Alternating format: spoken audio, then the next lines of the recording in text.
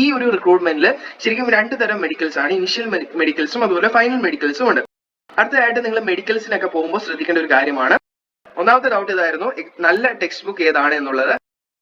30 kilometre ചുറ്റളവിലുള്ള video കുറച്ച് നീണ്ടുപോയി എന്ന് തോന്നുന്നുണ്ട്, പക്ഷേ നിങ്ങൾ ക്ഷമിക്കുക. നിങ്ങൾ എല്ലാ ഡീറ്റെയിൽസും ഞാൻ ഇന്നത്തെ വീഡിയോയിൽ ഉൾപ്പെടുത്തിയിട്ടുണ്ട്. സോ ഫ്രണ്ട്സ്, മാക്സിമം സുഹൃത്തുക്കളിലേക്ക് നിങ്ങൾ ഈ ഒരു വീഡിയോ ഷെയർ ചെയ്യാൻ മാത്രം മറക്കരുത്. കാരണം ഒത്തിരി കഷ്ടപ്പെട്ട് നിങ്ങൾക്ക് വേണ്ടി ചെയ്ത വീഡിയോ ആണ്. മാക്സിമം സുഹൃത്തുക്കളിലേക്കും ഷെയർ ചെയ്യുക. ഓക്കെ, അതായത് എങ്ങനെ അപേക്ഷിക്കണം എന്ന് സ്ക്രീൻ റെക്കോർഡ് ചെയ്ത് നിങ്ങൾക്ക് ഒരു വീഡിയോ ആണെങ്കിൽ തീർച്ചയായും താഴെ കമന്റിലൂടെ അറിയിക്കാം.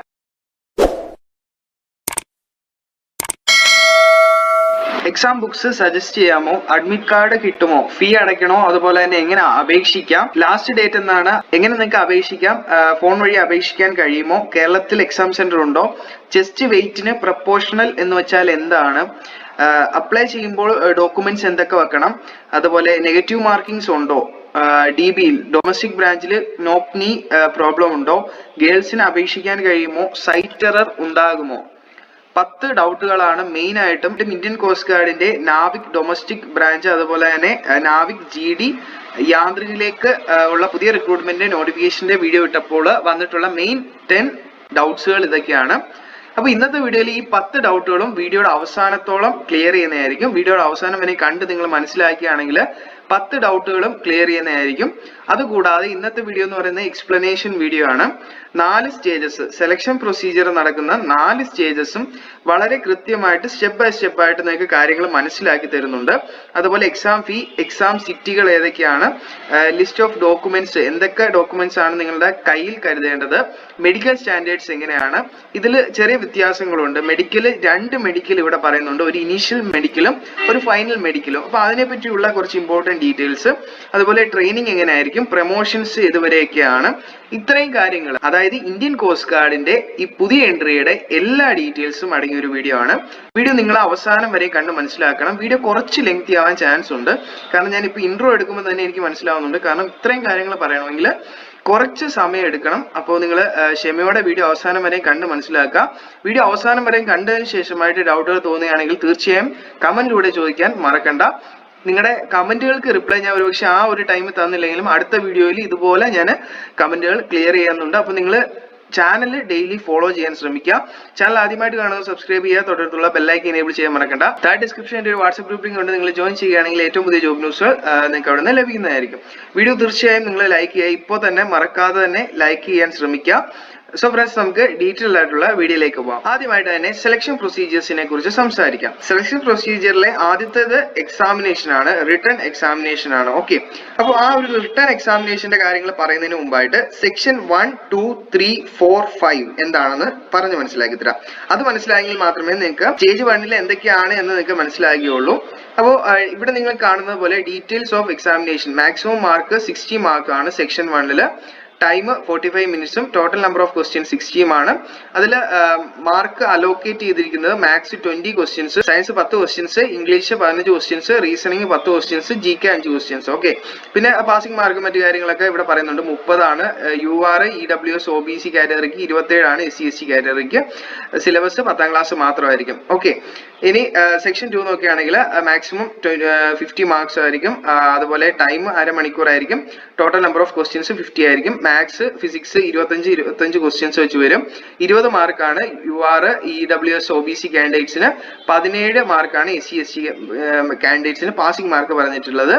Class 12th maths and physics syllabus ആണ് പഠിച്ചിരിക്കേണ്ടത്. ഓക്കെ, അപ്പോൾ അത് എന്താണെന്ന് ഞാൻ അടുത്ത സ്റ്റെപ്പേ നിങ്ങൾക്ക് വളരെ ക്ലിയർ ആയിട്ട് മനസ്സിലാകത്തുള്ളൂ. ഇപ്പോൾ പറയുന്നതിൽ ഒരു വ്യക്തത ഉണ്ടാവില്ല, പക്ഷെ ഇപ്പോൾ ഇത് പറഞ്ഞില്ലെങ്കിൽ അടുത്ത സ്റ്റെപ്പിൽ വ്യക്തത ഉണ്ടാകത്തില്ല. അതുകൊണ്ട് നിങ്ങൾ ഇപ്പോൾ ജസ്റ്റ് ഇതൊന്ന് കേട്ടിരിക്കുക. ഓക്കെ, സെക്ഷൻ 3ഉം 4ഉം എന്നൊക്കെ പറയുന്നത് നമ്മുടെ യാന്ത്രിക്കിലേക്കുള്ളതാണ്. അപ്പോൾ യാന്ത്രിക് ഡിപ്ലോമ ഉള്ളവർ മാത്രം ഇതൊക്കെ ഒന്ന് വായിച്ച് മനസ്സിലാക്കാം. ഓക്കെ, ഇനി നിങ്ങൾക്ക് മെയിൻ ആയിട്ട് ഞാൻ പറഞ്ഞ് മനസ്സിലാക്കാൻ പോകുന്ന ഒരു പാർട്ട് ഞാൻ കാണിച്ചു തരാം.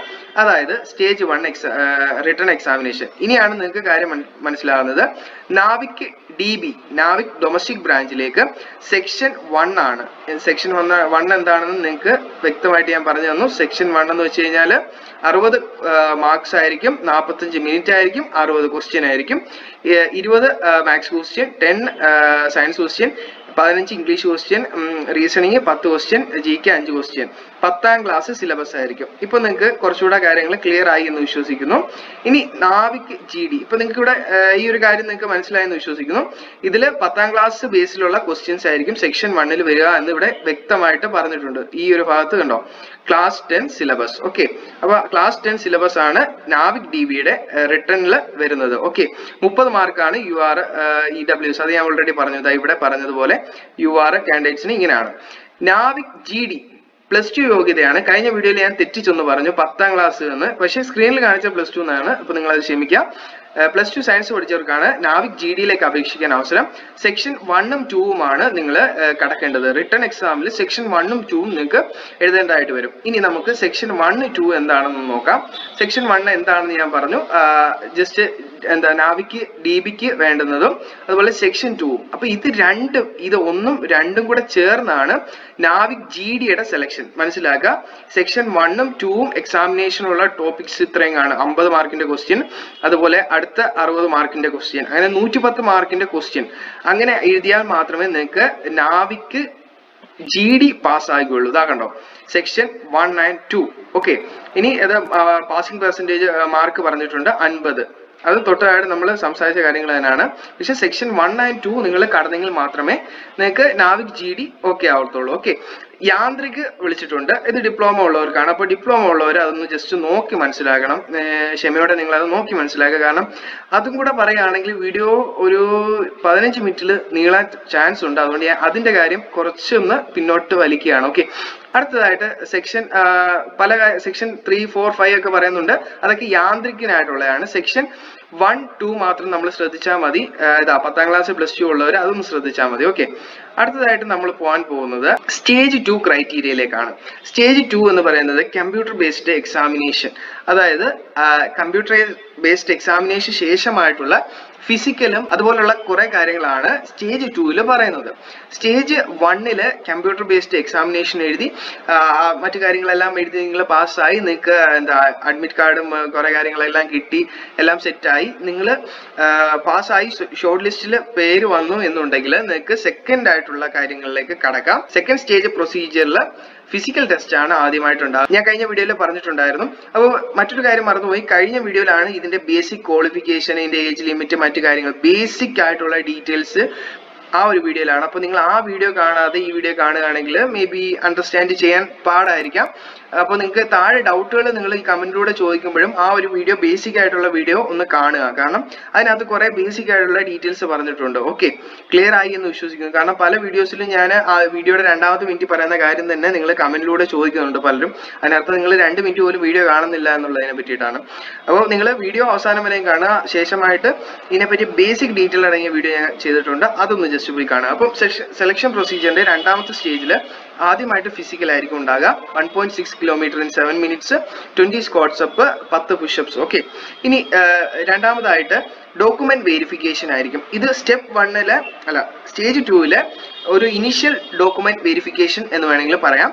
ഈ ഒരു ഡോക്യുമെന്റ് വെരിഫിക്കേഷൻ നിങ്ങൾ പാസ്സായി കഴിഞ്ഞു കഴിഞ്ഞാൽ റീ അസസ്മെന്റ് ഉണ്ടാവും. അതായത് സ്റ്റെപ്പ് 2ലെ 3ാമത്തെ ഘട്ടം C എന്ന് കൊടുത്തിട്ടുണ്ടല്ലോ, reassessment of inconsistent performers. അതായത് ഒരു കൺസിസ്റ്റൻസി ഇല്ലാതെ പെർഫോം ചെയ്യുന്ന അവര് നിങ്ങളെ ഫുള്ള് വാച്ച് ചെയ്യുകയും നിങ്ങളെ റിവ്യൂ ചെയ്തുകൊണ്ട് ഇരിക്കുന്ന ഒരു അവസ്ഥയിലായിരിക്കും.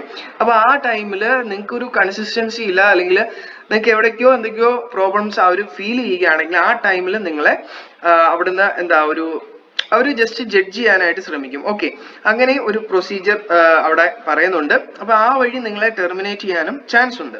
ഇനി ഇനിഷ്യൽ മെഡിക്കൽസ് ആണ്. ഞാൻ ഈ ഒരു റിക്രൂട്ട്മെന്റിൽ ശരിക്കും 2 തരം മെഡിക്കൽസ് ആണ്. ഇനിഷ്യൽ മെഡിക്കൽസും അതുപോലെ ഫൈനൽ മെഡിക്കൽസും ഉണ്ട്. അപ്പൊ ഫൈനൽ മെഡിക്കൽസിന്റെ കാര്യം താഴേക്ക് വരുമ്പോൾ പറയാം.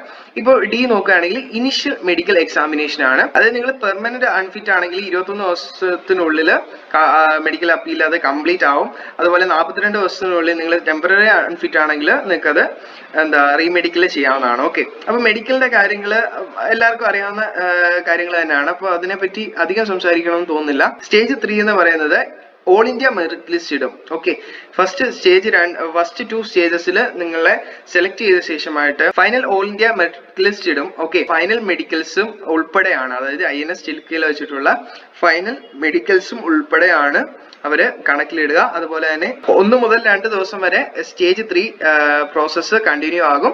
അപ്പോൾ ആദ്യത്തെ പ്രോസസ്സ് ഡോക്യുമെന്റ് വെരിഫിക്കേഷൻ ആണ്, ഞാൻ പറഞ്ഞ പോലെ ഫൈനൽ ഡോക്യുമെന്റ് വെരിഫിക്കേഷൻ ആണിത്.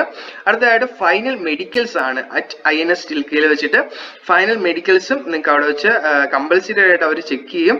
ശേഷമായിട്ട് submission of all documents, original documents, അതുപോലെ പോലീസ് വെരിഫിക്കേഷൻ, അതിന്റെ ഡോക്യുമെന്റ്സിന്റെ കാര്യം ഞാൻ തറയിൽ പറയാം. ഓക്കെ, വരുന്നത് അനുസരിച്ച് പറയാം. ഏറ്റവും ലാസ്റ്റ് പ്രൊസീജിയർ എന്ന് പറയുന്നത് നിങ്ങൾ നിങ്ങളുടെ യൂണിവേഴ്സിറ്റി അല്ലെങ്കിൽ നിങ്ങളുടെ സ്കൂളുകളിൽ നിന്ന് ഒറിജിനൽ ആയിട്ടുള്ള സർട്ടിഫിക്കറ്റ്സ് അതുപോലുള്ള എല്ലാ കാര്യങ്ങളും കൊടുത്ത് പെർഫെക്റ്റ് ആയി നിങ്ങൾ എല്ലാ കാര്യത്തിലും യോജിച്ച് അവരുടെ ഗൈഡ് ലൈൻസുമായിട്ട് യോജിച്ച് നിൽക്കുന്ന പ്രൊസീജിയർ ആണ് സ്റ്റേജ് 4 എന്ന് പറയുന്നത്.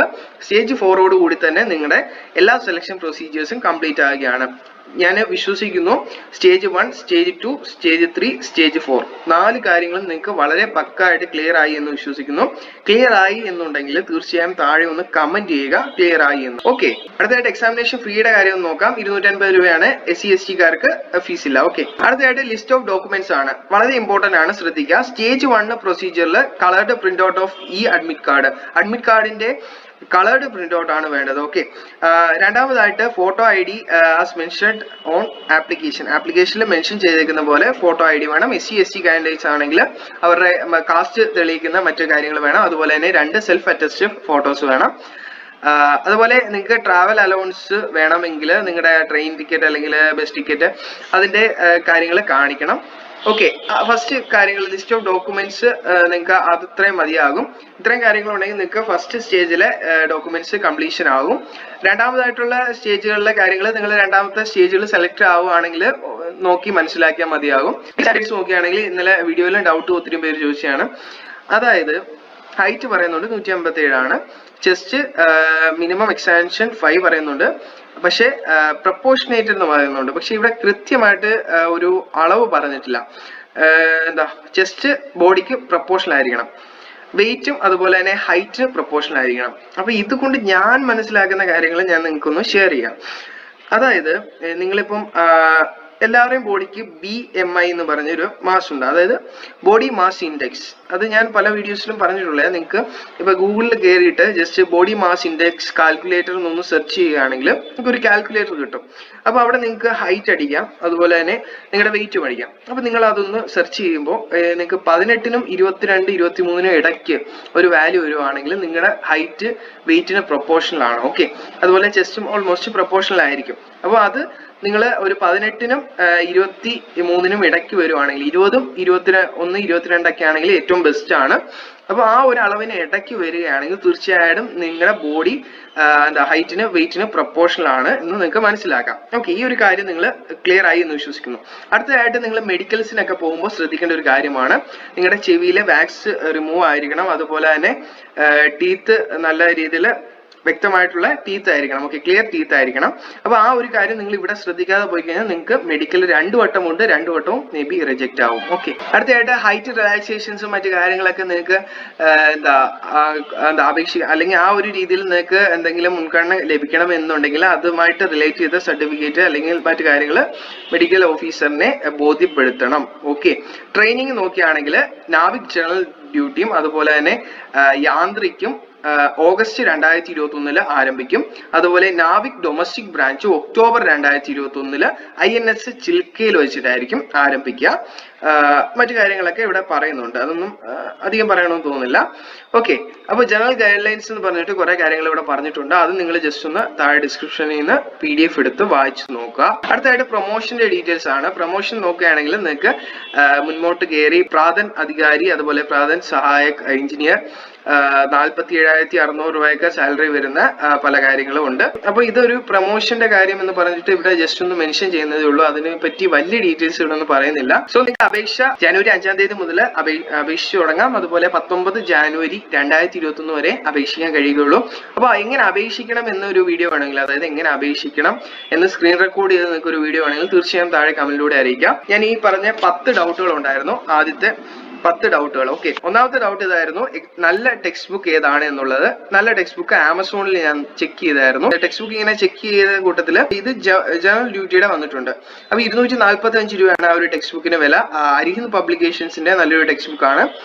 Indian coast guard NavIC general duty. Okay, അപ്പോൾ അത് നിങ്ങൾക്ക് നല്ല രീതിയിൽ ഉപയോഗപ്പെടുന്ന ഒരു ടെക്സ്റ്റ് ബുക്ക് തന്നെയാണ്. ഇന്ത്യൻ കോസ്റ്റ് ഗാർഡിന്റെ മറ്റെല്ലാ റിക്രൂട്ട്മെന്റുകൾക്കും നിങ്ങൾക്ക് അത് ഉപയോഗിക്കാം. അതുകൂടാതെ ഇവിടെ നാവിക് ഡൊമസ്റ്റിക് ബ്രാഞ്ചിന്റെയും കൊടുത്തിട്ടുണ്ട്.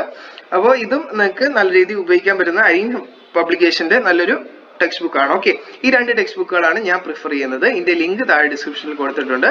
ശേഷമായിട്ട് ചോദിച്ച ഡൗട്ടാണ് അഡ്മിറ്റ് കാർഡ് കിട്ടുമോ? തീർച്ചയായും അഡ്മിറ്റ് കാർഡ് ലഭിക്കും. കാരണം എന്ന് വെച്ച് കഴിഞ്ഞാൽ 10ാം ക്ലാസ് മാർക്കിന്റെ ക്വാളിഫിക്കേഷനിലല്ല ഇവരിപ്പോ വിളിക്കുന്നത്. ഇവര് ജസ്റ്റ് വിളിക്കുകയാണ്. ഫസ്റ്റ് എക്സാമിനേഷൻ എഴുതാനുള്ള അവസരം എല്ലാവർക്കും ഉണ്ട്. ഓക്കെ, മൂന്നാമത്തെ ഡൗട്ട് ഇതാണ്, ഫീ അടയ്ക്കണോ? ഫീയുടെ ഡീറ്റെയിൽസ് ഞാൻ വീഡിയോയിൽ പറയുന്നുണ്ട്. കഴിഞ്ഞ വീഡിയോയിൽ ഞാൻ പറഞ്ഞിട്ടുണ്ട്. അപ്പോൾ വീഡിയോ കാണാതെയാണ് താഴെ കമന്റിലൂടെ ഡൗട്ട് ചോദിച്ചിരിക്കുന്നത്. അതുപോലെ തന്നെ ആപ്ലിക്കേഷൻ എങ്ങനെ അയക്കണം എന്ന് ഞാൻ അതിൽ പറയുന്നുണ്ട്. ഏത് വെബ്സൈറ്റ് ആണെന്ന് പറയുന്നുണ്ട്. അതുപോലെ എന്ന് മുതൽ ആപ്ലിക്കേഷൻ തുടങ്ങുമെന്നും പറയുന്നുണ്ട്. ഇപ്പോഴും ഞാൻ ജസ്റ്റ് പറഞ്ഞായിരുന്നു.